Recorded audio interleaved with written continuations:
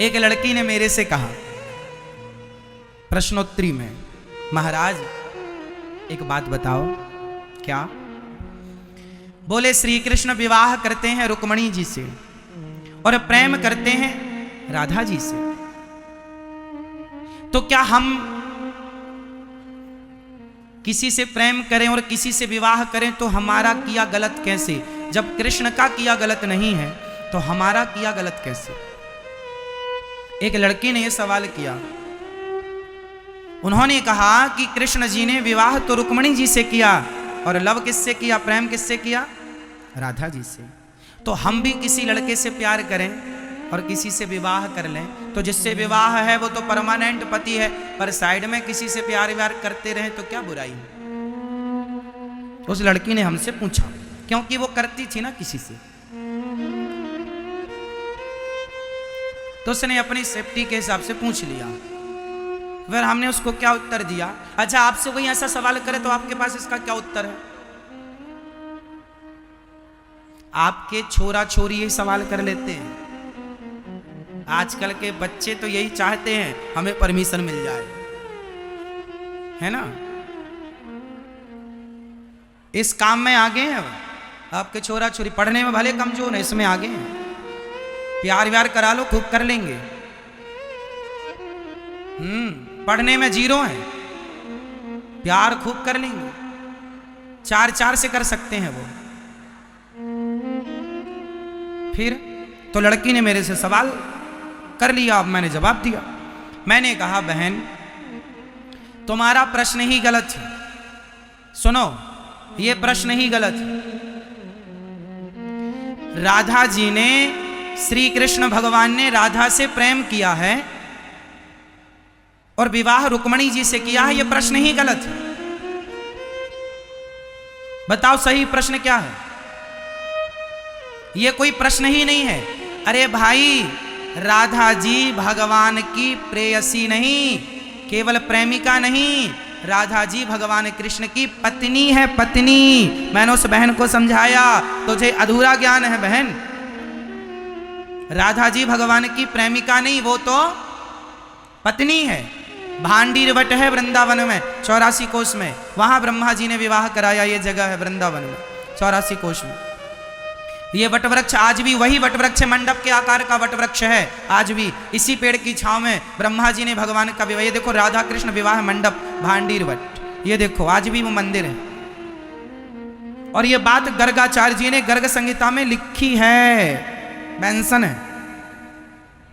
कहां लिखी है? गर्ग संहिता में। गर्गाचार्य जी कौन है? भगवान कृष्ण के गुरु जी लिख रहे। तो राधा जी से भगवान कृष्ण का विवाह हुआ है या नहीं? जोर से। लोग कहते हैं नहीं हुआ। लोग इसलिए कहते हैं उन्हें ज्ञान नहीं, लोग इसलिए कहते हैं उन्हें जानकारी। अच्छा, ये अफवाह लड़का लड़कियों की तरफ से फैलाई जाती है ताकि उनको भी ऐसे प्यार व्यार करने की परमिशन माँ बाप दे दें,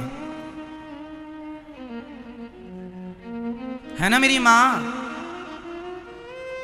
आजकल जैसे लड़कियां होती हैं ना, भोली भाली सीधी साधी, पहली बार किसी लड़के से प्यार हुआ, पहला प्यार,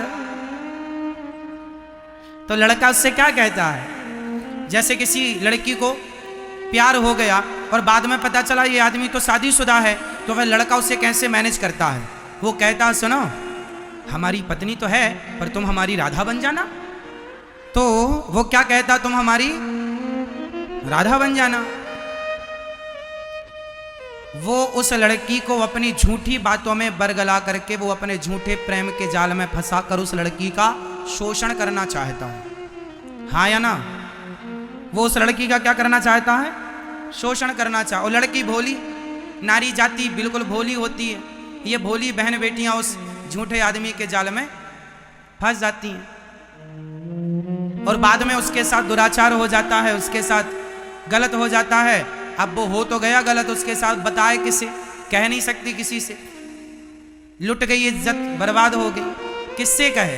तो ये जो तुम्हें झूठी बातें बताकर जमाना तुम्हें फंसा रहा है, इसलिए बहन बेटियों को यह दास निवेदन करेगा, किसी झूठे प्रेम के जाल में ना फंस जाना। कोई तुमसे प्यार नहीं करता, तुम्हारे सुंदर बदन से, शरीर से प्यार करता है। शरीर की हवस पूरी करके लोग तुम्हें वैसे ही छोड़ देंगे जैसे च्युइंगम को चबा करके लोग थूक देते हैं, ऐसे तुम्हें भी चबा करके थूक देंगे। ना घर की रहोगी ना घाट की रहोगी। इसलिए ऐसी अफवाहों से बचना चाहिए। मैंने उस बहन को समझाया, बहन तू शादी कर लेना बहन, फिर प्यार करना, प्यार का फोल्डर अभी मत खोल, ऑफ रखो। ये प्यार व्यार के चक्कर में बच्चे फंस जाते हैं और सारी जिंदगी बर्बाद कर लेते हैं। माँ बाप को चाहिए कि आप अपने बच्चों को सही रास्ते पर ले जाएं। है कि बेटा बुराइयां देखना है ना तो दूसरों की क्यों देखना है? क्या हम बहुत अच्छे हो गए क्या? क्या हमारी सारी बुराइयां खत्म हो गई क्या? बुराई देखनी ही है तो औरों की क्यों, खुद की क्यों नहीं? इसलिए हम अपनी देखें। जो व्यक्ति खुद का मंथन करता है, आत्मचिंतन करता है, खुद को देखता है, जो व्यक्ति स्वयं की बुराइयां देखता है और अपने भीतर की बुराइयां ठीक करता है, उन्हें सुधारता है, वो सबसे बेस्ट। अब कुछ लोग क्या होते हैं, दूसरों को देखते हैं, तुम बुरे तुम बुरे तुम बुरे, तो उस चक्कर में वो खुद कितना बुरा है वो पकड़ ही नहीं पाता खुद को कि मैं कहां बुरा हो गया, क्योंकि वो खुद को तो उसने कभी देखा नहीं, दूसरों को ही देखता रहा बाहर बाहर बाहर। हम कई बार दूसरों को कहते कहते ना हम ही बुरे हो जाते हैं। एक इसका उदाहरण देके आपको समझाऊं। देखो, हमें लगता है कि हम बहुत अच्छे हैं, तुम ही बुरे हो। रिश्तों की बात करें तो रिश्तों में कई बार बाप को लगता है कि बेटा गलत है, कई बार बेटे को लगता है कि बाप गलत है, कई बार जेठानी को लगता है कि देवरानी गलत है, देवरानी को लगता है जेठानी गलत है, कई बार सास को लगता है बहू गलत है, बहू को लगता है सास गलत है, कई बार लगता है। लेकिन इस सब से बचने के लिए मेरे पास एक उपाय है। गलत कौन है इस पर डिस्कस ना किया जाए। गलत तो सब ही है। फिर यदि देखो धरती में तो कोई सही ना मिलेगा आपको। एक आदमी का नाम बताओ जो पूरा सही हो, बताओ, फिर हम लिख लें उसका नाम। गलत कौन नहीं है, गलतियां कौन नहीं करता, एक का नाम बताओ। सब गलती करते हैं, कोई बड़ी करता है कोई छोटी करता है, बस हर कितना गलती सब करते हैं। लेकिन मेरा मानना है कि देखो, माना कि ये पत्थर है, गुलाब है, माना कि ये पत्थर है, हमने इस पत्थर से आपकी ओर फेंका आपको मारने के लिए, है ना, ये पत्थर से हमने आपको मारना चाहा। यदि ये पत्थर आपको लग गया तो ये चोट पहुंचाएगा, और यदि ये पत्थर नहीं लगा तो क्या करेगा बताओ? इस पत्थर का क्या काम है फिर? या तो ये आपको मारेगा तो ये चोट दे देगा, आपको घाव कर देगा। और यही पत्थर जो घाव कर सकता है, यदि वही पत्थर आपकी सीढ़ियों में लगा दिया जाए तो आपको आगे बढ़ने में मदद करेगा कि नहीं, चढ़ने में मदद करेगा कि नहीं? बोलो हाँ। अब ये पत्थर तो देखो हम मार दें तो ये बुरा है, और सीढ़ी पे लगा दें तो अच्छा है, क्योंकि ये हमारे चढ़ने में मदद कर रहा है। क्यों? बात सही है। पत्थर ज्यों का त्यों है, वही है वो, उसमें कोई परिवर्तन नहीं हुआ। हमने मारा तो गलत हो गया, घाव कर दिया, और सीढ़ी पे लगाया तो ये अच्छा हो गया, चढ़ने में सहयोगी हो गया। तो वही व्यक्ति अच्छा भी है, वही व्यक्ति बुरा है। ये तो अपना अपना नजरिया है कि आप अच्छे नजरिए से देख रहे हैं कि आप बुरे नजरिए से देख रहे हैं। यदि आप मुझे अच्छे नजरिए से देखते हैं तो मैं अच्छा हूं। यदि आप मेरे कमियां ढूंढने बैठ जाएं यहां पर तो मेरी 10 कमियां यहीं निकल आएंगी। अभी गौरी गोपाल आश्रम में आप इतनी सारी सेवाएं देखते हैं, लेकिन कमियां देखने यदि आप आएंगे तो यहां कमियां भी बहुत मिलेंगी आपको। गौरी गोपाल में कहीं यहां साफ सफाई नहीं है तो कहीं कचरा फैला है, तो कोई कुछ कर रहा है तो कोई कुछ कर रहा है, आप कमियां भी निकाल सकते हैं। लेकिन आप आते काहे के लिए हैं वृंदावन? चलो देख के आए गौरी गोपाल, सब देख के आए। आप आते हैं, भोजन प्रसादी करते हैं, जहां भोजन करते हैं कई बार वहां झाड़ू भी लगाने वाला लापरवाही कर देता, झाड़ू नहीं लगी, थोड़ा गंदगी भी रहती है। यदि आप कमियां देखेंगे तो कमियां तो हर जगह आपको निकल आएंगी। मेरे में लाख कमियां आप निकाल सकते हैं, लेकिन एक पक्ष तो यह है कि आप मेरी कमियां निकाल लो, एक पक्ष तो यह है कि आप मेरी बुराइयां ढूंढ लो, लेकिन एक पक्ष ये है कि आप मेरी कुछ अच्छाइयां भी निकाल सकते हैं। आप यहाँ की कुछ अच्छाइयां देख भी सकते हैं। भक्तों स्वर्गा से आयो है संदेश, बुलावो आग्यो राम को। जब बुलावा आएगा ना तो आप जाएंगे, और जब आप जाएंगे तो एक आदमी जाने लगा तो यमराज जी से कहा 1 मिनट की मोहलत दे दो, करूं बेटा से बात। हे यमराज जी, हमें 1 मिनट का समय दे दो, हम अपने बेटे से कुछ कहना चाहते हैं। एक बाप जब मरता है तो अपने बेटे से क्या कहना चाहता है? जितने बाप यहाँ बैठे हैं ध्यान से सुने, और जितने बेटे यहाँ बैठे हैं वो भी ध्यान से सुने, क्योंकि ये शब्द आपके हैं, हमारे हैं, हम सबके। एक बाप कहता है 1 मिनट की मोहलत दे दो, हे यमराज जी करूं बेटा से बात। एक बाप के 2 बेटे थे। बाप मरते समय क्या कहता है? भाई भाई प्रेम से रहना, तुम भाई भाई प्रेम से रहना, जाना है सबको उसके पास, बुलावो आग्यो राम को।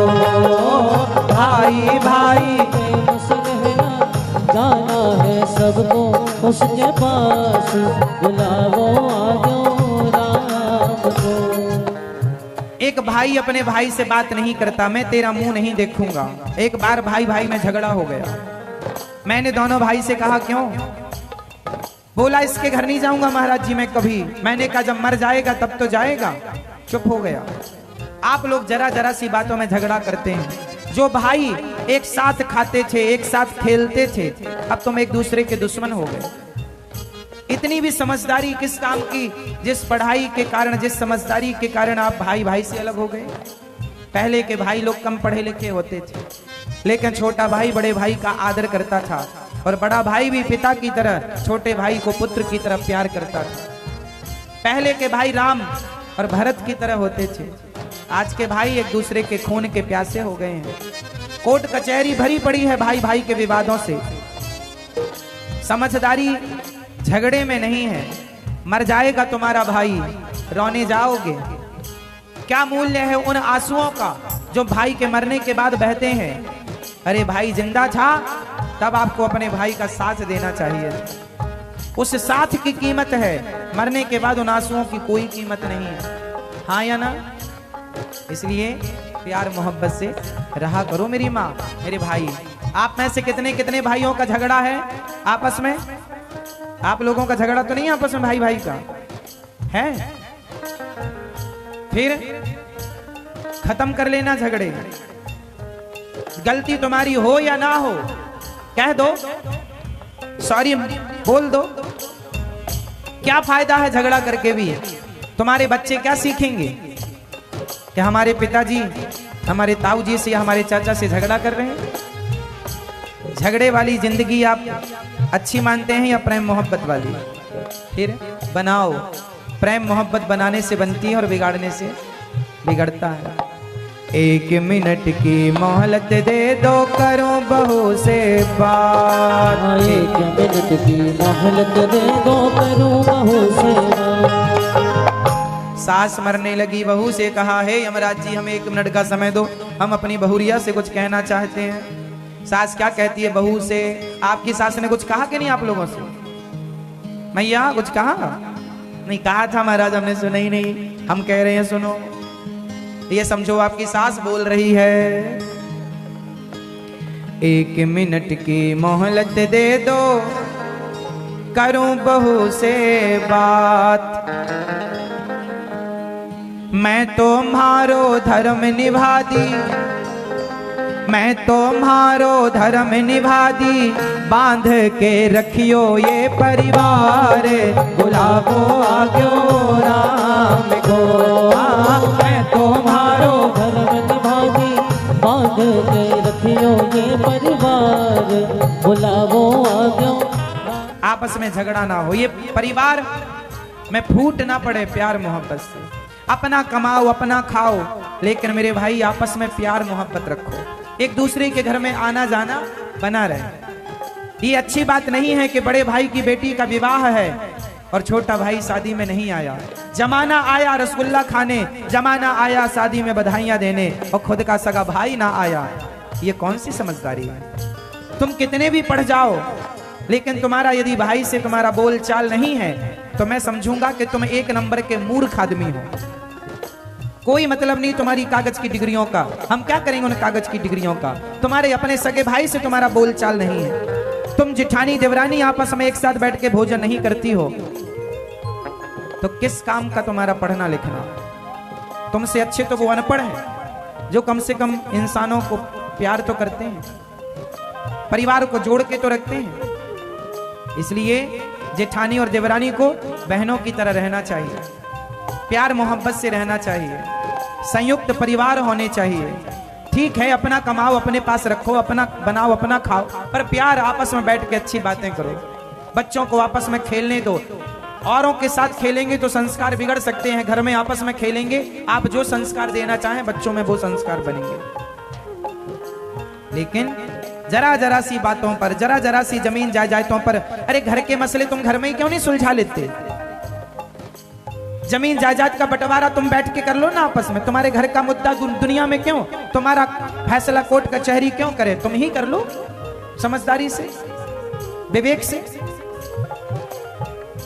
ज्यादा लेना क्यों है? बड़े भाई का भाव ये हो कि मेरा छोटा भाई तू ज्यादा रख ले, और छोटे भाई का भाव ये हो कि बड़े भैया आप रख लो। जहां देने का भाव है, याद रखना, जहां देने का भाव होता है ना वहां रामायण होती है, और जहां लेने का भाव होता है वहां महाभारत होती है। राम जी ने अपना भी अधिकार छोड़ दिया कि मैं बैठूं राज्य पर या मेरा भरत बैठे, बात एक ही है। चल भैया भरत तू बैठ जा, मैं निकल जाता हूं वनवास। अपना भी संपत्ति राम जी ने भैया भरत को दे दिया। जहां दिया जाता है वहां रामायण तैयार होती है। और मांग लिया, पांडवों ने अपना अधिकार मांग लिया, अपना हिस्सा मांग लिया, तो महाभारत हो गया। ये दुनिया है साहब, आप मांग लेंगे अपना अधिकार तो महाभारत हो जाएगा, और छोड़ देंगे तो जमाना आपको राम कहेगा। लेकिन फिर भी आज छोटे भाई और बड़े भाई के साथ ये है कि आप थोड़ा उसको समझो, वो थोड़ा आपको समझे। जमीन जायदाद का बंटवारा हिसाब से कर लो। और मैं बूढ़ों से कहूंगा, बापों से कहूंगा कि तुम मरने के पहले अपने बेटों का बंटवारा करके जाना। तुम बिना बंटवारा किए मर जाते हो, फिर बंटवारा के चक्कर में तुम्हारी औलाद मरती है आपस में लड़के। कई बूढ़े ऐसे होते हैं बंटवारा नहीं करते, सही न्याय नहीं करते बच्चों के साथ। अरे बांट दो ना कि ये जमीन तुम्हारी, ये जमीन तुम्हारी, ये दुकान तुम्हारी, ये दुकान तुम्हारी। बाद में कह दो कि स्टाम्प पर के जब मर जाऊंगा तब जीते जी मैं रखूंगा सब। मरने के बाद तुम नहीं बांटोगे सही, तो बच्चे आपस में लड़के मर जाएंगे और हत्यारे तुम बनोगे। बांटना तो पड़ेगा। भाई भाई आज नहीं तो कल अलग अलग तो होंगे। हम ये नहीं कहते कि अलग अलग ना हो, लेकिन अलग होकर भी एक बने रहो। बाहर से अलग रहो, भीतर से एक रहो। बाहर से बोलो, बाहर से अलग रहो, भीतर से।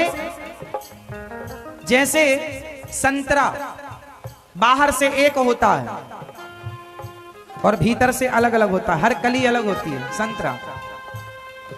लेकिन तरबूजा खरबूजा देखा है आपने? बाहर से ऐसा लगता है कली कली उसके निशानी होता, लाइनें बनी रहती हैं। खरबूजा होता, तरबूजा होता, क्या होता है ना? देखा आप लोगों ने? वो बाहर से अलग अलग दिखता है, लेकिन भीतर से वो एक ही, उसमें कोई कली नहीं होती अंदर। हाँ या ना? बोलो हाँ या ना? जीवन में रिश्ते अब आपको डिसाइड करने हैं कि आपको खरबूजा जैसे होना है या फिर संतरे जैसा होना है। संतरा बाहर से एक है पर भीतर से बटा है। तो बताओ, आप बाहर से एक दिखें और भीतर से बटे रहें, ये समझदारी है? या बाहर से बटे हुए दिखें, भीतर से एक दिखें, ये समझदारी है? इसलिए बाहर से चूल्हा अलग, इनकम अलग, बिजनेस अलग, लेकिन भीतर से एक दूसरे के काम आओ। भाई को जरूरत पड़ी है 50,000 की तो दो, उसे जरूरत पड़ी तुम दो, तुम्हें जरूरत पड़ी वो दे, उसके लिए कपड़े तुम खरीदो, तुम्हारे लिए वो। जेठानी देवरानी का ख्याल रखे, देवरानी जेठानी का। रिश्ते चलते हैं ऐसे।